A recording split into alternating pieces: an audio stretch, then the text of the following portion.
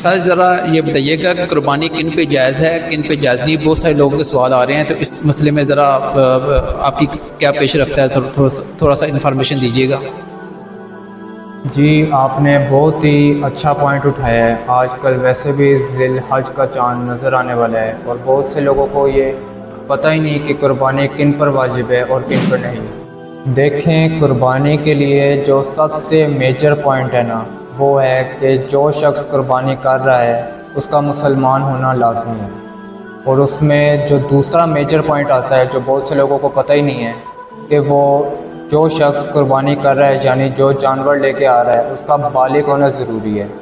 اس میں جو تیسرا میجر پوائنٹ آتا ہے کہ اس شخص کے پاس 52.5 تولے چاندی اور 7.5 تولے سونا یا اتنی مالیت کے برابر کوئی چیز گھر میں ہونا لازمی ہے۔ اچھا، اس میں بھی آپ نے ایک چیز کا دھیان لازمی رکھنا ہے کہ آپ نے اپنے گھر کے سارے خرچے علیحدہ کر دینے ہیں، اور اگر آپ قرض دار ہیں، یعنی آپ نے کسی کا قرض دینا ہے، تو آپ پہ لازمی ہے کہ آپ پہلے اس کا قرض دیں، تب آپ قربانی کر سکتے ہیں۔